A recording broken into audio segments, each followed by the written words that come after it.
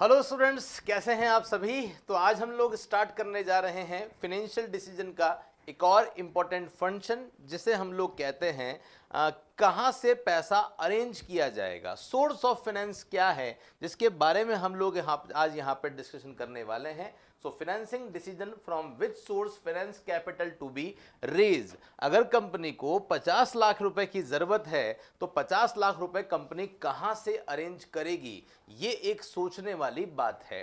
Company equity से पैसा arrange करेगी। अगर इक्विटी से अरेंज कर दिया तो इक्विटी वालों को ऑनरशिप देनी पड़ जाएगी। ओके, जो लास्ट में पैसा बचेगा वो ज़्यादा नहीं बच पाएगा अगर कंपनी अपना सारा पैसा इक्विटी में ही लुटा देगी। अगर कंपनी कुछ पैसा प्रेफरेंस शेयर में वालों से लेती है, मतलब प्रेफरेंस शेयर इशू करती है, तो कंपनी को पता है कि जो कंपनी का प्रॉफिट होगा आफ्टर टैक्स उसमें कंपनी को डिविडेंड देना पड़ जाएगा। तो ये भी एक बहुत बड़ी प्रॉब्लम है। अगर कंपनी कुछ पैसा डिबेंचर से इशू करती है तो हालांकि डिबेंचर में टैक्स बेनिफिट होता है, लेकिन फिर भी कहीं ना कहीं एक लिमिट तक ही वो सही रहता है। अगर एक लिमिट से भी ज्यादा लोन ले लिया, डिबेंचर इशू कर दिए, तो डिबेंचर पे जो इंटरेस्ट का बर्डन है, जिसकी वजह से कंपनी को बंद करना पड़ जाएगा। अगर कंपनी ने अपनी रिटेन अर्निंग जो पड़ी हुई है वहां से पैसा ले लिया तो वो रिटेन अर्निंग कंपनी की नहीं है, वो शेयर होल्डर की है। और शेयर होल्डर की अर्निंग अगर कंपनी के पास पड़ी हुई है तो शेयर होल्डर उस पर कुछ एक्सपेक्टेशन रखते हैं कि हमको कम से कम इतना तो रिसीव होना ही चाहिए, और जब वो नहीं होगा तो प्रॉब्लम होने वाली है। ओके, सो फाइनेंशियल डिसीजन में हम लोग फ्रॉम विच सोर्स फाइनेंस और कैपिटल टू बी रेज, हम लोग कहां से पैसा रेज करेंगे इसके बारे में हम बात करेंगे। सो वित्तीय निर्णय, ओके, किस स्रोत से वित्त या पूंजी जुटाई जाए उसके बारे में हम बात करेंगे। यह है हमारा दूसरा फंक्शन। निर्णय जो वित्त प्रबंधक को लेना होता है वो ये डिसीजन ले रहा है कि उसे क्या करना है। वित्त के स्रोत का निर्धारण वो कर रहा है, taking decision about source of finance. Okay, company विभिन्न स्रोतों से वित्त जुटा सकती है, जैसे कि कंपनी शेयर इशू कर सकती है, कंपनी डिबेंचर्स इशू कर सकती है, कंपनी जारी करके या फिर एडवांस लेके भी कंपनी पैसे का अरेंजमेंट कर सकती है। लेकिन ये कंपनी को ही सोचना होता है कि कहां से कितना पैसा लेना है। अगर हम लोग कंपनी के फाइनेंस की बात करते हैं तो कंपनी के पास हमेशा दो ऑप्शन होते हैं। या तो अपना पैसा 15 लाख रुपीस की जरूरत है तो 50 लाख रुपए या तो खुद के ही फंड से अरेंज करे या बाहर वालों से ले। मतलब पैसा दो तरह का होता है, अपना पैसा या बाहर वालों का पैसा। जो अपना पैसा होता है उसे हम लोग कहते हैं शेयर होल्डर फंड या ऑनर फंड। ओके, जो ऑनर फंड है उसी फंड को आप किस नाम से जानते हो, इसी को आप शेयर होल्डर फंड के नाम से जानते हो। ओके, अब अगर आप मेरे से ये पूछो कि सर ये शेयर होल्डर फंड कैलकुलेट कैसे करते हैं, तो शेयर होल्डर फंड में जो भी इक्विटी शेयर कैपिटल से पैसा आया हुआ है वो इसमें ले लेते हैं, प्रेफरेंस शेयर कैपिटल से जो पैसा आता है वो इसमें ले लेते हैं, कंपनी के पास में अगर कोई रिटेन अर्निंग पड़ी हुई है वो हम लोग यहाँ पे ले लेते हैं। तो ये सारी चीजें यहाँ पे शामिल हो जाती है। अगर हम लोग बात करते हैं बोरोड फंड की, उधार निधि की बात करते हैं, तो ये आउटसाइडर फंड होता है। आउटसाइडर फंड में कंपनी क्या कर सकती है, हो सकता है कंपनी डिबेंचर इशू कर रही हो सकता है कंपनी मार्केट से लॉन्ग टर्म लोन ले रही हो, दीर्घकालीन ऋण ले रही हो, ये सारी चीजें इसमें आ जाती है। Okay, so share capital, retain earning ये ऑनर फंड का पार्ट है, और डिबेंचर, लोन, बॉन्ड्स ये सब आपके डिबेंचर का पार्ट है बेसिकली। तो वित्त प्रबंधक जो फाइनेंस मैनेजर है, जो ये सारे डिसीजन ले रहा है, उसके सामने टेंशन है how much to raise from owner fund. तो यही सोचना है कि कितने परसेंटेज ऑनर फंड से ले और कितने परसेंटेज डिबेंचर से ले। एक मिक्स प्रपोर्शन होना बहुत जरूरी है। सारा पैसा इक्विटी में भी नहीं बांटा जा सकता और लोन भी एक लिमिट से ज्यादा नहीं लिया जा सकता। तो क्या होगा इनके बीच का रास्ता, यही हमको सबसे इंपॉर्टेंट समझना है। आगे आ जाइए, आगे बढ़ते हैं। ये निर्णय लेते समय वित्त प्रबंधक वित्त के विभिन्न स्रोतों के लाभ और हानियों की तुलना करता है। ये मैं आपको पहले ही बता चुका था कि वो देखता है कि मुझे किससे प्रॉफिट होगा, किससे लॉस होगा, किस पे डिविडेंड देना पड़ेगा, किस पे इंटरेस्ट देना पड़ेगा, किसको ओनरशिप देनी पड़ेगी। ये सारे प्रो एंड कॉन्स जो है वो देखे जाते हैं। ओके, उधार अगर पैसा ले लिया तो धनराशि को वापस चुकाना पड़ेगा ही, लेकिन इसमें काफी हद तक जोखिम शामिल होती है, रिस्क शामिल होती है। जो बोरोड फंड होते हैं उसमें हमको फिर से पे करना पड़ेगा और हाई लेवल ऑफ रिस्क होती है। ओके, देन जबकि मालिकों के कोष मतलब जो शेयर होल्डर फंड होते हैं वहां पे रीपेमेंट की कोई लायबिलिटी नहीं होती, लेकिन ओनरशिप तो देनी पड़ रही है ना, लेकिन हाँ रिस्क नहीं है। तो देखो बेसिकली अगर हम इसके अकॉर्डिंग देखें ना तो मार्केट में जो फर्म होती है वो दो तरह की होती है। इसके हिसाब से मार्केट में जो फर्म होती है वो दो फर्म होती है, एक होती है लीवर्ड फर्म, एक होती है अनलीवर्ड फर्म। ओके, एक होती है लीवर्ड फर्म, एक होती है अनलीवर्ड फर्म। लीवर्ड फर्म का मतलब क्या होता है? उत्तोलक फर्म हम लोग इसे कहते हैं। ये वो फर्म होती है जो बेसिकली रिस्क टेकर होती है। Levered firm basically risk taker होती है। रिस्क टेकर वो कंपनी होती है जो मोर डिबेंचर इशू करती है। ये मोर डिबेंचर इशू करती है, ज्यादा से ज्यादा डिबेंचर इशू करती है। लेकिन जो अनलीवर्ड फर्म होती है जिसे अनुत्तोलक हम लोग कहते हैं, ये वो फर्म होती है जो मार्केट में रिस्क नहीं लेती, एक सेफ गेम खेलती है। ये मार्केट में एक सेफ गेम खेलती है। कि कैसे सेफ गेम जो है वो खेला जाता है इसके बारे में यहां बात होती है। ये वो कंपनी होती है जो ज्यादा से ज्यादा क्या इशू करती है, ज्यादा से ज्यादा इक्विटी शेयर इशू करती है या शेयर होल्डर फंड से पैसा अरेंज करने की कोशिश करती है। तो ये दो तरह की फर्म्स होती है, ये आपको पता होना चाहिए। आगे आ जाओ, इसमें कोई जोखिम नहीं होता। लीवर्ड जो इक्विटी अगर आप इशू करते हो तो जोखिम नहीं है, बस हाँ जोखिम सबसे बड़ा जो है वो यही है कि आप अपनी इक्विटी का सैक्रिफाइस कर रहे हो, कॉम्प्रोमाइज कर रहे हो, अपनी ओनरशिप दे रहे हो, जो एक लॉन्ग टर्म डील होती है कि आप जिंदगी भर के लिए क्या कर रहे हो, आप जिंदगी भर के लिए किसी पर्सन को अपनी ओनरशिप दे रहे हो। तो कहीं ना कहीं रिस्क तो वो भी है। लेकिन वित्त प्रबंधक दोनों प्रकार के वो क्या करता है, मिश्रण को प्राथमिकता देता है। वो दोनों ही प्रकार के मिक्सचर को प्राथमिकता देता है।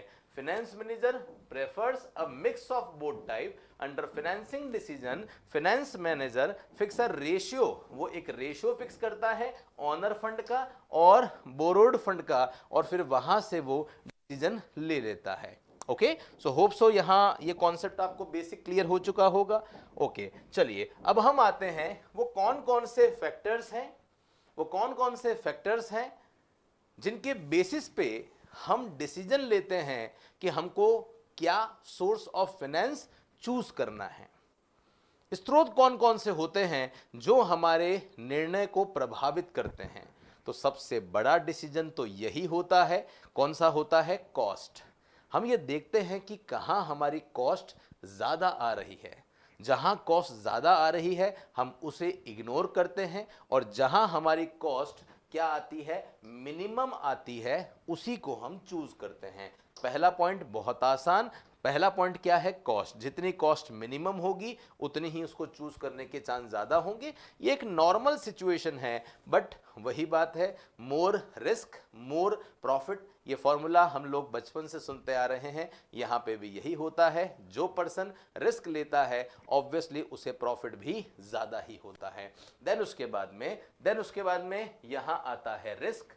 यहाँ क्या आता है, रिस्क आता है। तो जब भी कोई पर्सन डिसीजन लेता है कि कहाँ से पैसों का अरेंजमेंट करना है, तो वो कॉस्ट के साथ साथ बैलेंस करने की कोशिश करता है रिस्क को, कि यार कुछ ऐसी सिचुएशन हो जाए जहाँ पे ज़्यादा कॉस्ट भी नहीं आए और रिस्क भी कम हो, तो वो एक बैलेंस का मिक्सचर फाइंड आउट करने की कोशिश करता है। तो यस, ये भी एक फैक्टर है जिसके बेसिस पे हम यहाँ ये पता करते हैं कि कैसे हम लोग पैसों का अरेंजमेंट कर सकते हैं। आगे बढ़ते हैं गाइज। नेक्स्ट जो पॉइंट आता है हमारा वो आता है कैश फ्लो पोजीशन, हम कंपनी की कैश फ्लो पोजीशन को देखते हैं। हम देखते हैं कि कंपनी के पास में अभी अवेलेबल कैश है या नहीं है।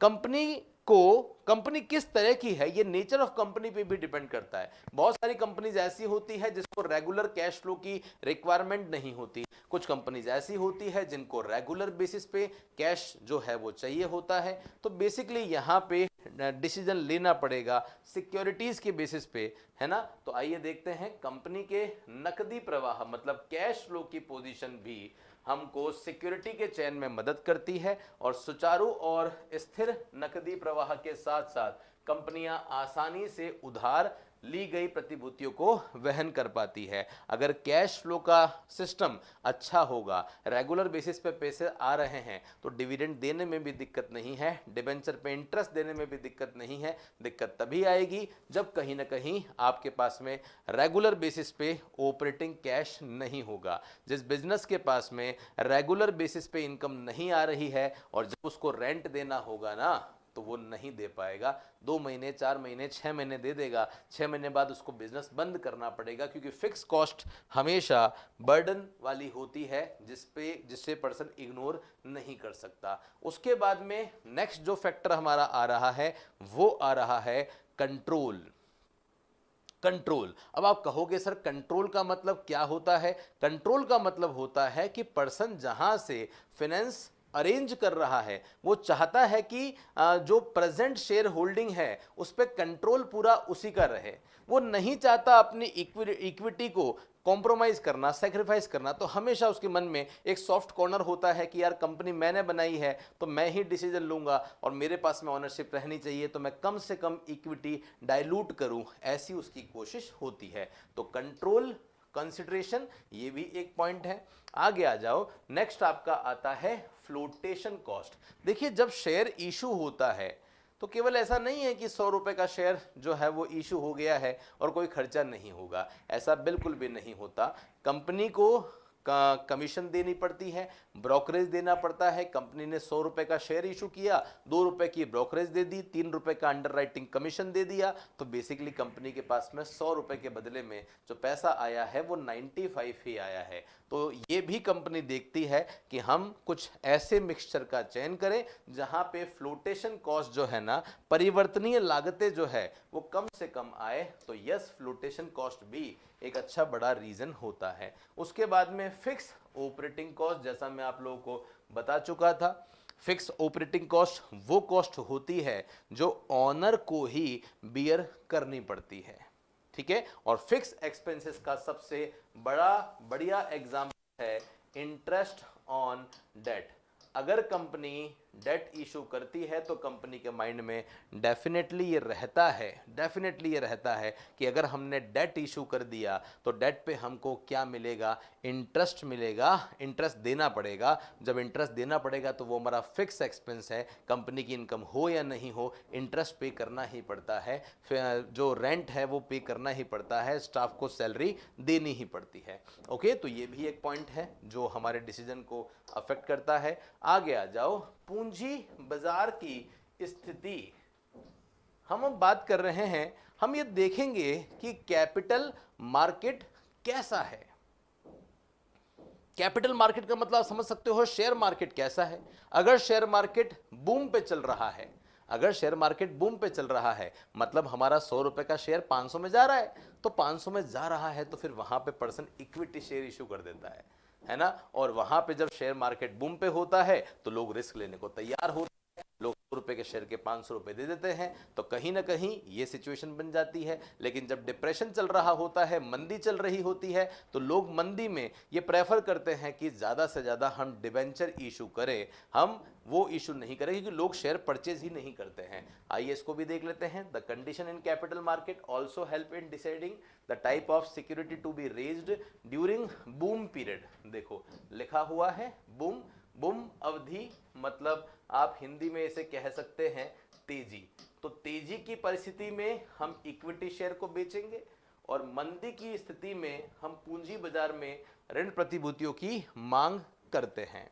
ओके तो ये सारे फैक्टर्स हैं जो हमारी बेसिकली फाइनेंसिंग डिसीजन को प्रभावित करते हैं, जिसमें कॉस्ट आता है, ओके जिसमें कॉस्ट आता है, रिस्क है, cash flow position, control consideration, floating cost, fix operating expenses and state of capital market है। ओके होप सो गाइज ये कॉन्सेप्ट छोटा सा था लेकिन ये कॉन्सेप्ट आपको अच्छे से क्लियर हो चुका होगा।